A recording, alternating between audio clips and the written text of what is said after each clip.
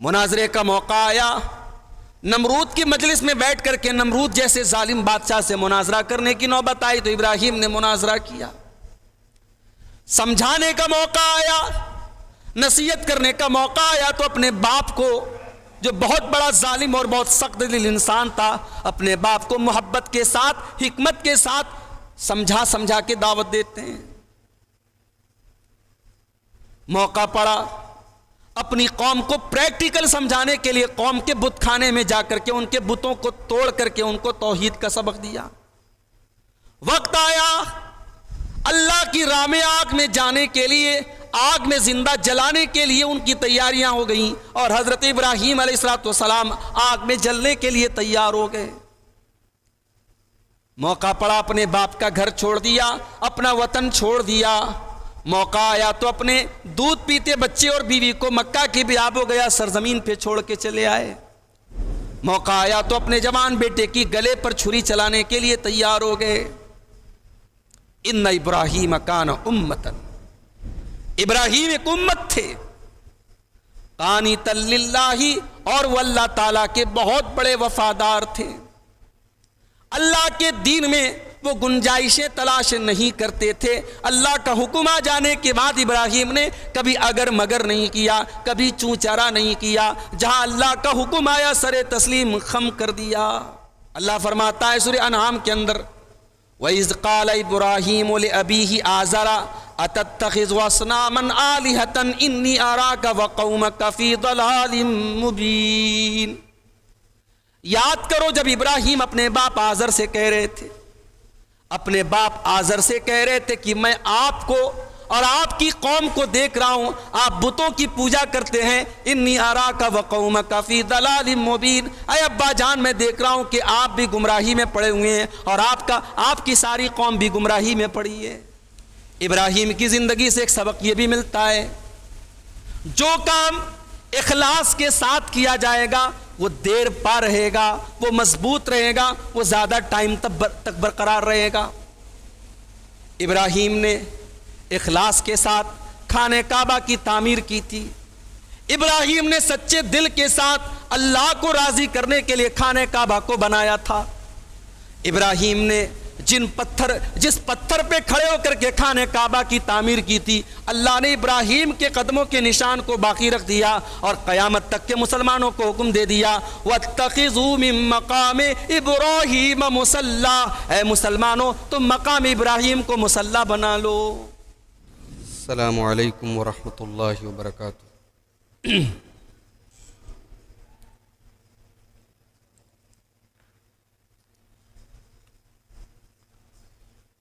الحمد للہ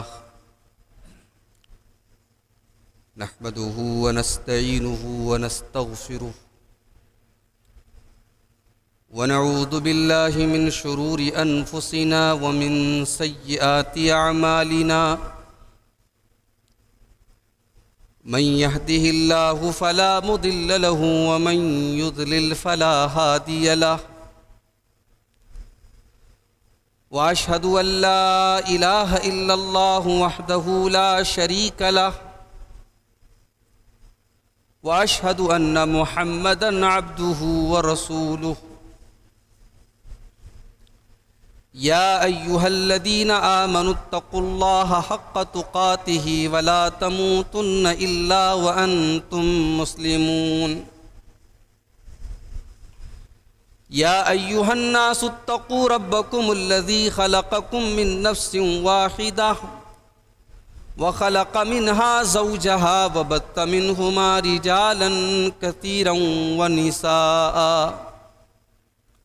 واتقوا الله الذي تساءلون به والأرحام إن الله كان عليكم رقيبا،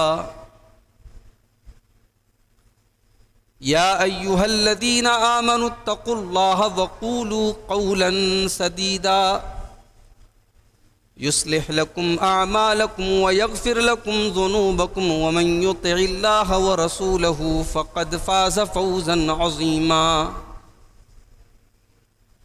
أما بعد فإن خير الحديث كتاب الله، وخير الهدي هدي محمد صلى الله عليه وسلم وشر الأمور محدثاتها وكل محدثة بدعة وكل بدعة ضلالة وكل ضلالة في النار. اعوذ باللہ من الشیطان الرجیم. بسم اللہ الرحمن الرحیم. ان ابراہیم کان امۃ قانتا للہ حنیفا ولم یک من المشرکین شاکرا لانعمہ اجتباہ وہداہ الی صراط مستقیم. معزز علماء کرام، محترم بزرگوں، نوجوان ساتھیوں، پردہ نشین ماؤں اور بہنوں، پیارے بچوں، ذی الحجہ کا پہلا عشرہ چل رہا ہے. سال کے سب سے قیمتی ایام، سال کے 360 دنوں میں ان 10 دنوں کے برابر کوئی دن نہیں ہے. سب سے قیمتی ایام، ان کی فضیلت، ان کا درجہ کیا ہے، اس پر بھی آپ نے پوری تقریر سنی ہے. لیکن افسوس کی بات یہ ہے کہ امت رمضان میں تو پھر بھی کچھ حد تک دینداری نظر آتی ہے، نماز کا ماحول نظر آتا ہے، قرآن کی تلاوت نظر آتی ہے. ان 10 دنوں کو تو ہم نے بالکل فراموش کر دیا ہے. صرف 10 تاریخ کو قربانی کر لینا یہ ذی الحجہ کا اس عشرے کا حق نہیں ہے.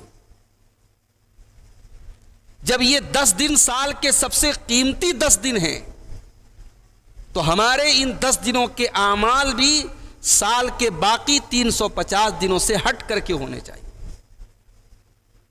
کوشش کیجئے ایک ٹائم کی بھی نماز ان 10 دنوں میں قضا نہ ہو. کوشش کیجئے رات میں اٹھ کر کے 2 ہی رکعت صحیح قیام اللیل ضرور کیجئے. کوشش کیجئے قرآن کی تھوڑی بہت تلاوت ان 10 دنوں میں ضرور کیجئے.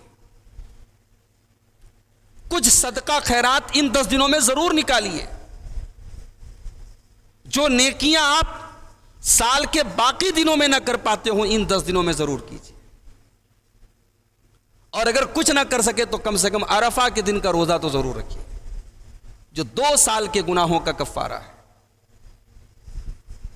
اللہ تعالی ہم سب کو اس عشرے کی اہمیت کو سمجھنے کی اور اس کا فائدہ اٹھانے کی توفیق عطا فرمائے. آمین.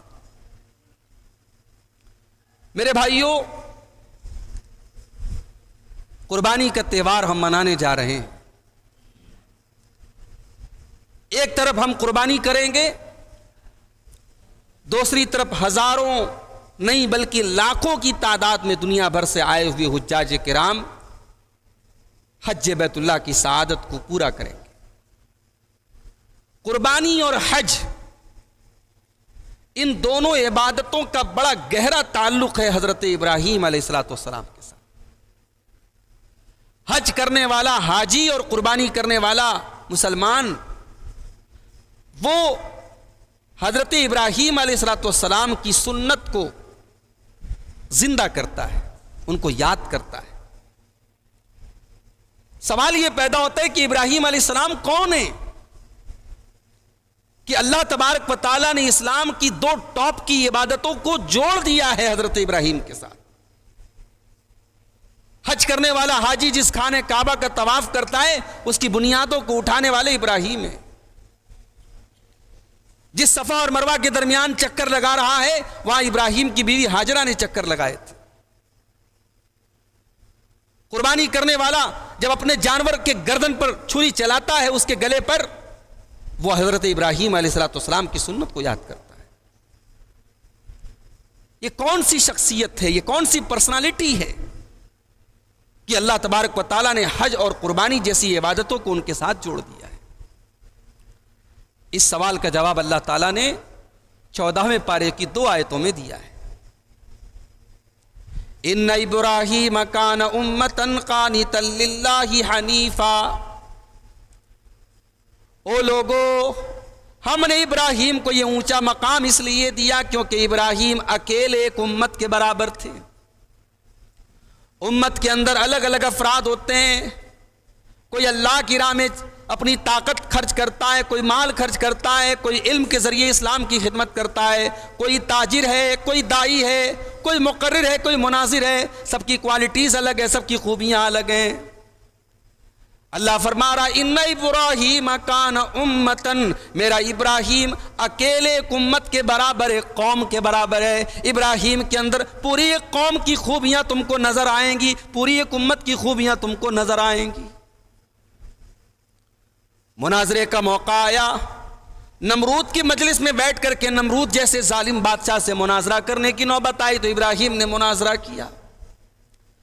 سمجھانے کا موقع آیا، نصیحت کرنے کا موقع آیا تو اپنے باپ کو، جو بہت بڑا ظالم اور بہت سخت دل انسان تھا، اپنے باپ کو محبت کے ساتھ، حکمت کے ساتھ سمجھا کے دعوت دیتے ہیں۔ موقع پڑا اپنی قوم کو پریکٹیکل سمجھانے کے لیے، قوم کے بت خانے میں جا کر کے ان کے بتوں کو توڑ کر کے ان کو توحید کا سبق دیا۔ وقت آیا اللہ کی راہ میں آگ میں جانے کے لیے، آگ میں زندہ جلانے کے لیے ان کی تیاریاں ہو گئیں، اور حضرت ابراہیم علیہ السلام آگ میں جلنے کے لیے تیار ہو گئے۔ موقع پڑا اپنے باپ کا گھر چھوڑ دیا، اپنا وطن چھوڑ دیا۔ موقع آیا تو اپنے دودھ پیتے بچے اور بیوی کو مکہ کی بیاب ہو گیا سرزمین پہ چھوڑ کے چلے آئے۔ موقع آیا تو اپنے جوان بیٹے کی گلے پر چھری چلانے کے لیے تیار ہو گئے۔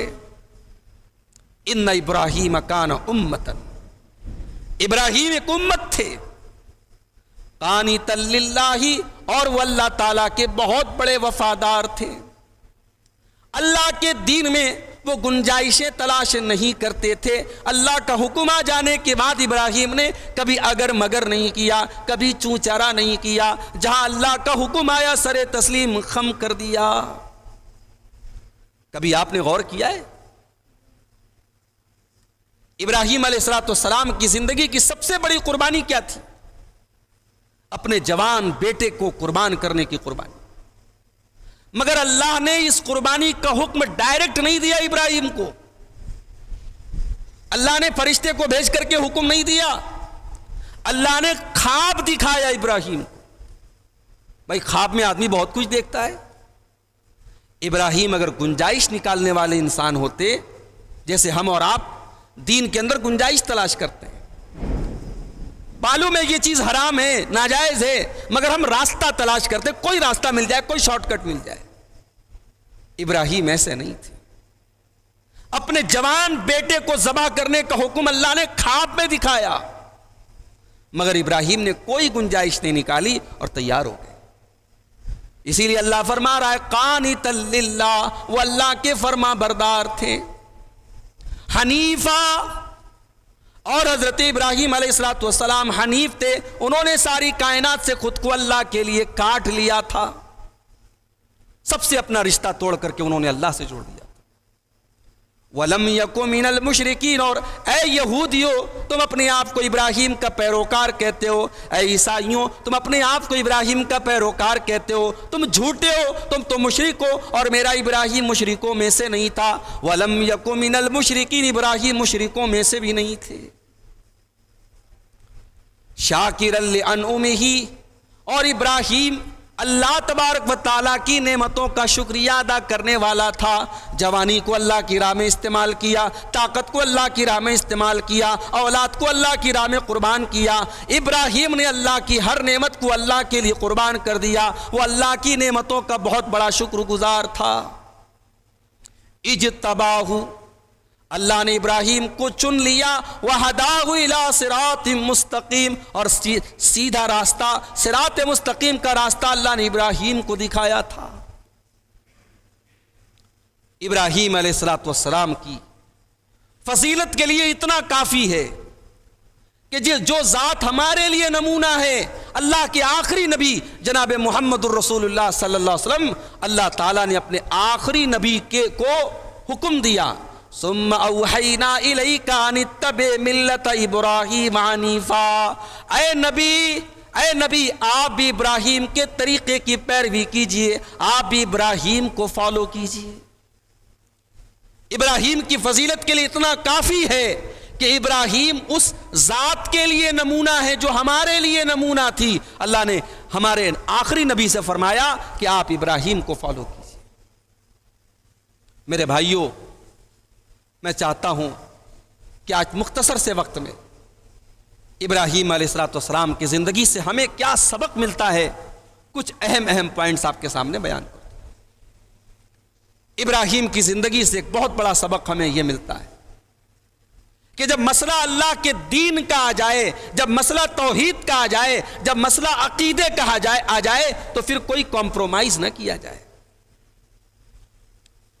اللہ فرماتا ہے سورہ انعام کے اندر، وَإِذْ قَالَ إِبْرَاهِيمُ لِأَبِيهِ آزَرَ أَتَتَّخِذُ أَصْنَامًا آلِهَةً إِنِّي أَرَاكَ وَقَوْمَكَ فِي ضَلَالٍ مُبِينٍ۔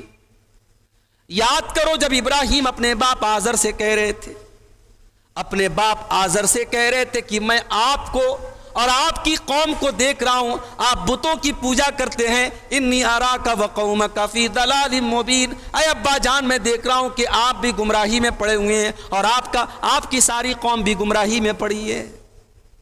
عقیدے کے معاملے میں کوئی کمپرومائز نہیں۔ حضرت ابراہیم نے کوئی نرم لفظ استعمال نہیں کیا، اس کو کوئی اور رنگ نہیں دیا، بہلانے کی کوشش نہیں کی، صاف صاف کہہ دیا ابا جان آپ گمراہی میں ہیں، یہ شرک گمراہی ہے، توحید ہدایت ہے۔ پتہ یہ چلا کہ عقیدے کا معاملہ آ جائے تو آپ کا کتنا ہی قریبی رشتہ دار کیوں نہ ہو، کوئی سمجھوتا نہیں ہوگا، کوئی کمپرومائز نہیں ہوگا۔ ابراہیم علیہ السلام نے ایک سبق ہم کو یہ بھی دیا کہ عورت کی اسلام کے اندر کیا ویلیو ہے۔ لوگ کہتے ہیں کہ عورت کو اسلام نے کیا مقام دیا ہے، آؤ میں تم کو بتاؤں اسلام نے عورت کو کیا مقام دیا ہے۔ ابراہیم کی بیوی ہاجرہ ہے جو صفا سے مروہ کے درمیان، مروہ سے صفا کے درمیان اپنے دودھ پیتے بچے کے لیے چکر لگا رہی ہیں۔ انہوں نے 7 چکر لگائے تھے، اللہ نے اس اللہ کی بندی کے اس عمل کو قبول کر لیا اور قیامت تک کے حاجیوں کے لیے اور عمرہ کرنے والوں کے لیے ان 7 چکروں کو ضروری قرار دے دیا۔ یہ ہے اسلام کی نظر میں عورت کا مقام اور عورت کی ویلیو۔ اور آگے بڑھیے، ابراہیم سے ہم نے یہ بھی سیکھا کہ جب اللہ کی ذات پر مکمل اطمینان ہو اور اللہ کی ذات پر مکمل بھروسہ ہو تو بڑی بڑی مصیبتوں میں بھی انسان ڈگمگاتا نہیں ہے۔ یاد کرو جب ابراہیم علیہ السلام کو آگ میں ڈالا جا رہا تھا، ان کی پیشانی پر کوئی بل نہیں تھا، ان کی زبان پر کوئی شکوہ نہیں تھا۔ ابراہیم علیہ السلام کو جب آگ میں ڈالا جا رہا ہے ان کی زبان پر بس ایک ہی جملہ ہے، حسبی اللہ و نعم الوکیل، اللہ میرے لیے کافی ہے اور اللہ بڑا بہترین کارساز ہے، بہت بہترین کام بنانے والا ہے۔ یاد کرو جب ابراہیم علیہ السلام اپنی بیوی ہاجرہ کو اور اپنے دودھ پیتے بچے اسماعیل کو جب مکہ کی بیاب ہو گیا سرزمین پہ چھوڑ کے جانے لگے تو ہاجرہ نے کیا کہا تھا؟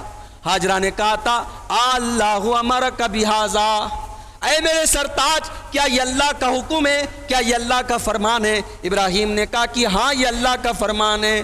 حضرت ہاجرہ نے اتنا سننا تھا کہ فرمایا اذن لا یضیعن اللہ ابدا، اے میرے سرتاج اگر یہ اللہ کا حکم ہے تو اللہ ہمیں برباد نہیں کرے گا، اللہ ہمیں ضائع نہیں کرے گا، اللہ ہمیں رسوا نہیں کرے گا۔ اللہ کی ذات پر یقین ہونا چاہیے۔ ابراہیم علیہ السلام کے واقعے سے ایک سبق ہم کو یہ بھی ملا میرے بھائی کہ جب انسان اللہ کے لیے کوئی چیز چھوڑتا ہے اللہ اس سے بہتر چیز اس کو عطا کرتا ہے۔ ابراہیم نے اپنے باپ کو چھوڑا تھا، ابراہیم علیہ السلام نے اپنے باپ کے گھر کو چھوڑا تھا، اپنے باپ کو چھوڑا تھا۔ اللہ نے بدلے میں ان کو نبیوں کا امام بنا دیا. فلما تزلهم وما يعبدون من دون الله وهبنا له اسحاق ويعقوب وكلا جعلنا نبيا. اے ابراہیم جب تو نے اپنے باپ کو چھوڑ دیا, جب تو نے اپنے گھر والوں کو چھوڑ دیا, ہم نے اسحاق کی شکل میں تجھ کو نبی کی شکل میں ایک بیٹا دیا. بیٹا بھی تیرا نبی اور پوتا بھی تیرا نبی, اسحاق بھی نبی, یعقوب بھی نبی, اور ہم نے تیری اولاد میں نبیوں کا سلسلہ جاری کر دیا. ابراہیم نے اپنے باپ کو چھوڑا تھا, اللہ نے انہیں نبیوں کا باپ بنا دیا. جب انسان اللہ کے لیے کوئی چیز چھوڑتا ہے, اللہ اس سے بہتر چیز اس کو عطا کرتا ہے. ابراہیم کی زندگی سے ایک سبق یہ بھی ملتا ہے کہ انسان جو بوئے گا وہی کاٹے گا. انسان اگر آج اپنے ماں باپ کو ستائے گا, اپنے ماں باپ کو دکھ دے گا, اپنے ماں باپ کی آنکھوں میں آنسو لائے گا, کل اس کی اولاد اس کو رلائے گی, کل اس کی اولاد اس کی آنکھوں میں آنسو لائے گی. ابراہیم علیہ السلام نے اپنے باپ کو, باپ مشرک تھا لیکن ابراہیم نے اپنے باپ کے ساتھ کبھی بدتمیزی نہیں کی, کبھی بھی بدتمیزی نہیں کی. جب بھی بات کی ادب سے بات کی, تمیز سے بات کی, ابا جان کہہ کر کے بات کی. ابراہیم اپنے باپ سے جب اپنے باپ کو توحید کی دعوت دیتے ہیں تو سورہ مریم میں اللہ نے بیان کیا 5 بار وہ یا ابتی, اے ابا جان کہہ کے بات کرتے ہیں. جب ابراہیم نے اپنے باپ کو ابا جان کہا تو آگے چل کر کے جب ابراہیم باپ بنے اور ان کا بیٹا جوان ہوا, اور ابراہیم نے اپنے جوان بیٹے سے کہا کہ بیٹا میں نے خواب میں دیکھا ہے کہ میں تجھے ذبح کر رہا ہوں, تو تو بتا تیری کیا رائے ہے. تو بیٹے نے کیا جواب دیا تھا, یا ابت فعل ما تؤمر ستجدنی انشاء اللہ من الصابرین. اے ابا جان آپ کو جو حکم ملا ہے آپ کر ڈالیے, اگر اللہ نے چاہا تو آپ کا بیٹا صبر کرنے والوں میں سے ہوگا. ابراہیم نے اپنے باپ کو ابا جان کہا تو ان کے بیٹے نے ان کو ابا جان کہا. جو سلوک آپ اپنے ماں باپ کے ساتھ کریں گے, کل وہی اولاد آپ کے ساتھ وہ سلوک کرے. ابراہیم کی زندگی سے ایک سبق یہ بھی ملا, جب آپ دین کی دعوت کا کام شروع کریں تو سب سے پہلے اپنے گھر والوں سے آغاز کریں. ابراہیم نے سب سے پہلے اپنے باپ کو دعوت دی, اپنے گھر والوں کو دعوت دی. وَإِذْ قَالَ إِبْرَاهِيمُ لِأَبِيهِ آزَرَ أَتَتَّخِذُ أَصْنَامًا آلِهَةً. ابراہیم نے اپنے باپ آزر سے کہا تھا, اے ابا جان آپ کیوں پتھروں کی بتوں کی عبادت کرتے ہیں.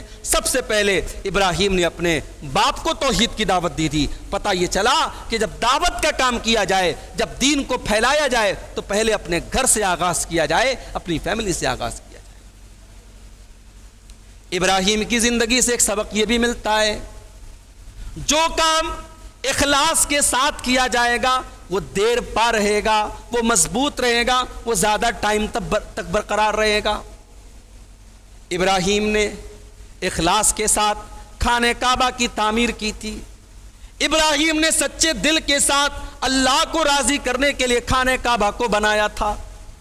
ابراہیم نے جس پتھر پہ کھڑے ہو کر کے خانہ کعبہ کی تعمیر کی تھی, اللہ نے ابراہیم کے قدموں کے نشان کو باقی رکھ دیا اور قیامت تک کے مسلمانوں کو حکم دے دیا وَاتَّخِذُوا مِن مَّقَامِ إِبْرَاهِيمَ مُصَلًّى. اے مسلمانوں تم مقام ابراہیم کو مصلی بنا لو.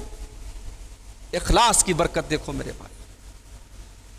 ابراہیم نے جب خانہ کعبہ کو بنا لیا, اللہ نے حکم دیا ان طہر بیتی للطائفین والعاکفین والرکع السجود. اے ابراہیم اس خانہ کعبہ کو تمہیں پاک و صاف رکھنا ہے. اے ابراہیم اس خانہ کعبہ کو طواف کرنے والوں کے لیے, اعتکاف کرنے والوں کے لیے, رکوع کرنے والوں کے لیے اور سجدہ کرنے والوں کے لیے پاک و صاف رکھنا ہے. اس کے بعد اللہ نے فرمایا وَأَذِّن فِي النَّاسِ بِالْحَجِّ. اے ابراہیم تو لوگوں میں حج کا اعلان کر دے. ابراہیم بوڑھے ہیں, کمزور ہیں. اپنی نحیف و ناتواں آواز سے, اپنی کمزور آواز سے جب ابراہیم نے حج کا اعلان کیا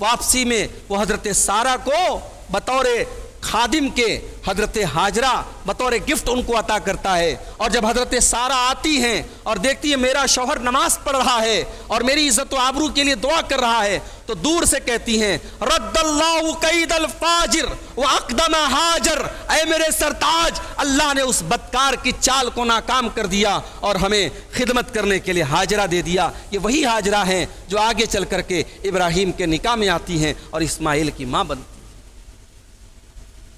ابراہیم علیہ السلام کی زندگی سے ہمیں یہ سبق بھی ملتا ہے میرے بھائی کہ انسان کی زندگی میں نیک اولاد کتنی اہم چیز ہے. اولاد اہم چیز نہیں ہے, نیک اولاد اہم چیز ہے. ہم نے تو ایسے بھی اولاد والے دیکھے ہیں جو اپنے ماں باپ کی آنکھوں میں آنسو لاتے ہیں. ہم نے ایسی بھی اولادیں دیکھی ہیں کہ ماں باپ پناہ مانگتے ہیں کاش ہمیں اولاد نہ ہوتی. میرے بھائیوں, اسی لیے ابراہیم جب دعا کرتے ہیں تو کیا کہتے ہیں, رب حب لی من الصالحین, رب حب لی من الصالحین, اے میرے پروردگار تو مجھے نیک بیٹا عطا فرما, تو مجھے صالح بیٹا عطا فرما. اور اللہ نے ان کو نیک بیٹا عطا فرمایا. فلما بلغ معه السعی, جب وہ بیٹا اپنے باپ کے ساتھ دوڑنے کے قابل ہو گیا, جب وہ بیٹا اپنے باپ کا سہارا بننے کے قابل ہو گیا, قال یا بنی انی ارا فی المنام انی اذبحک فانظر ماذا تری. ابراہیم نے کہا اے میرے بچے, میں نے خواب دیکھا ہے, میں تجھے ذبح کر رہا ہوں, تو بتا دے تیری کیا رائے ہے. آپ کو کیا لگتا ہے ابراہیم رائے لے رہے تھے؟ نہیں, ابراہیم رائے نہیں لے رہے تھے. ابراہیم یہ دیکھنا چاہتے تھے کہ میں نے بڑھاپے میں اللہ سے نیک بیٹا مانگا تھا, مجھے نیک بیٹا ملا ہے کہ نہیں ملا ہے. ابراہیم نے بیٹے سے یہ نہیں کہا کہ بیٹا اللہ نے حکم دیا ہے کہ میں تجھے ذبح کر دوں, نہیں. ابراہیم نے پوری بات ایک دم صحیح صحیح بتا دی. بیٹا میں نے خواب دیکھا ہے, میں نے خواب دیکھا ہے کہ میں تجھے ذبح کر رہا ہوں, اب تو بتا دے تیری کیا رائے. یہ بیٹا کون ہے؟ یہ بیٹا وہ ہے جو دودھ پینے کی عمر سے لے کر آج جوانی کی عمر تک اپنے باپ سے دور رہا ہے. ابراہیم علیہ السلام تو فلسطین میں رہتے تھے, ملک شام میں رہتے تھے, اور اسماعیل اپنی ماں کے ساتھ مکہ میں رہتے تھے. مکہ اور فلسطین کے بیچ میں سینکڑوں کلومیٹر کا ڈسٹینس ہے, جا کے گوگل پہ چیک کر لیجئے آپ. مکہ میں اسماعیل اپنی ماں کی تربیت میں پلے ہیں, بڑے ہیں, باپ سے کوئی مطلب نہیں ہے. باپ کبھی کبھی جھانکنے کے لیے آ جاتے ہیں. اس باپ, وہ باپ آج اپنے جوان بیٹے سے کہہ رہا ہے بیٹا میں نے خواب دیکھا ہے, میں تجھے ذبح کر رہا ہوں. آج کی اولاد ہوتی تو کیا جواب دیتی؟ آج کی اولاد ہوتی تو 4 باتیں اپنے باپ کو سناتی کہ تم کس منہ سے مجھ کو یہ بات کہنے آئے ہو, ہمیں بچپن میں چھوڑ کے چلے گئے اور آج میں جب جوان ہو گیا, کچھ کرنے کے قابل ہو گیا تو میری جان لینے کی بات کر رہے ہو. آج کا بیٹا ہوتا تو یہ جواب دیتا. بھئی ایک دور تھا محلے میں جب کوئی لڑکا سگریٹ پی رہا ہوتا تھا, گٹکا کھا رہا ہوتا تھا, اور محلے کا کوئی بڑا بزرگ گزرتا تھا تو فوراً وہ گٹکا پھینک دیتا تھا. بیٹے اپنے باپ کے سامنے پان نہیں کھاتے تھے, لوگ ڈرتے تھے بزرگوں سے. اب تو حالات یہ ہے کہ محلے کے بزرگ جب گزرتے ہیں اور کوئی نوجوان بدتمیزی کر رہا ہوتا ہے نا, تو وہ بزرگ بیچارے سر جھکا کے آگے بڑھ جاتے ہیں کہ اب یہاں کچھ کہنا اور سننا فضول ہے. وہ شاعر کا شعر ہے نا کہ سنبھل کر گفتگو کرنا بزرگوں, کہ اب بچے پلٹ کر بولتے ہیں. اب کے بچے تو پلٹ کر بولتے ہیں. مگر یہ اسماعیل ہے میرے بھائی, باپ کہہ رہا ہے بیٹا میں نے خواب دیکھا ہے, میں تجھے ذبح کر رہا ہوں. فانظر ماذا تری, تو بتا تیری کیا رائے ہے. بیٹا جواب دیتا ہے قال یا ابت افعل ما تؤمر ستجدنی ان شاء اللہ من الصابرین. بیٹا کہتا ابا جان آپ کو جو حکم ملا ہے آپ کر ڈالیے, اگر اللہ نے چاہا تو آپ مجھے صبر کرنے والا پائیں گے. علامہ اقبال کہتے ہیں یہ فیضان نظر تھا یا کہ مکتب کی کرامت تھی, سکھائے کس نے اسماعیل کو آداب فرزندی. اسماعیل کو یہ آداب کس نے سکھائے؟ کون سے اسکول میں پڑھا, کون سے مدرسے میں پڑھا. میرے بھائیوں, یہ آداب سکھائے تو ان کی ماں ہاجرہ نے. آج اس امت کو ہاجرہ کے جیسی ماؤں کی ضرورت ہے. اللہ کی قسم, اگر ہاجرہ کے جیسی مائیں پیدا ہو جائیں تو یہ نوجوان نسل اسماعیل کی جیسی ہو سکتی ہے. مسئلہ یہ ہے آج ہاجرہ کے جیسی عورتیں نہیں ہیں. میرے بھائی, ابراہیم کی زندگی سے ایک سبق یہ بھی ملا, اور یہ آخری بات بیان کر کے بات ختم کر رہا ہوں, کہ اپنی اولاد کی روزی روٹی کے ساتھ, ان کی دنیا کے ساتھ, ان کے مستقبل کے ساتھ, ان کی آخرت کی بھی فکر کرو, ان کی جنت اور جہنم کی بھی فکر کرو. ابراہیم جب اپنی اولاد کے لیے دعا کرتے تو کیا کہتے ہیں؟ وَارْزُقْهُم مِّنَ الثَّمَرَاتِ, اے اللہ میری اولاد کو پھلوں کی روزی عطا فرما.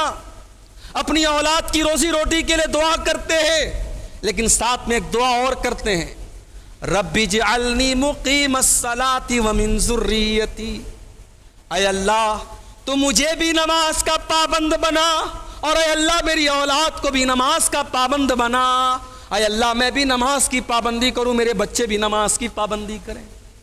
وہی ابراہیم یہ بھی دعا کرتے ہیں, وَجُنُبْنِي وَبَنِيَّ أَن نَّعْبُدَ الْأَصْنَامَ, اے اللہ تو مجھے شرک سے بچانا, مجھے بت پرستی سے بچانا, اور اے اللہ میری اولاد کو بھی تو بت پرستی سے بچانا. اپنی اولاد کو بت پرستی سے بچانے کی دعا کرتے ہیں. میرے بھائیوں, ابراہیم علیہ السلام کی زندگی سے ایک سبق یہ بھی ملتا ہے کہ اپنی اولاد کے عقیدے کی فکر کی جائے, ان کی توحید کی فکر کی جائے. یہ چند اہم اسباق تھے جو حضرت ابراہیم کی سیرت کی روشنی میں آپ کے سامنے بیان کیے گئے. آئیے ہم اللہ سے دعا کریں, رب العالمین ہمیں سیرت ابراہیمی کو سمجھنے کی اور اس کے جو سبق آموز پہلو ہیں ان کو اپنانے کی توفیق عطا فرمائے. جو ہم میں سے اولاد والے ہیں, اللہ ان کو اپنی اولاد کی صحیح تربیت کرنے کی توفیق عطا فرمائے. جو ہم میں سے کسی کی اولاد ہیں, اللہ ان کو اپنے ماں باپ کی خدمت کرنے کی اور اطاعت کرنے کی توفیق عطا فرمائے. رب العالمین ہمیں امن و چین اور سکون کے ساتھ اپنا دوسرا تہوار عید الاضحیٰ منانے کی توفیق عطا فرمائے. اللہ سارے ملک کے مسلمانوں کو امن چین اور سکون کے ساتھ یہ تہوار منانے کی توفیق عطا فرمائے. رب العالمین ہمیں قربانی کے مسائل کے سلسلے میں بھی سنت رسول کی اتباع کرنے کی توفیق عطا فرمائے. اللہ ہمارے کاروبار میں برکت عطا فرمائے, ہماری روزی روٹی میں برکت عطا فرمائے. جو بیمار ہیں اللہ ان کو شفائے کامل عاجل عطا فرمائے. جو روزی روٹی سے پریشان ہیں اللہ ان کے کاروبار میں برکت نصیب فرمائے. جب تک ہم دنیا میں زندہ رہیں اسلام پر زندہ رہیں اور ہم سب کا خاتمہ ایمان پر ہو. آمین. وآخر دعوانا الحمد للہ رب العالمین. والسلام علیکم ورحمۃ اللہ وبرکاتہ.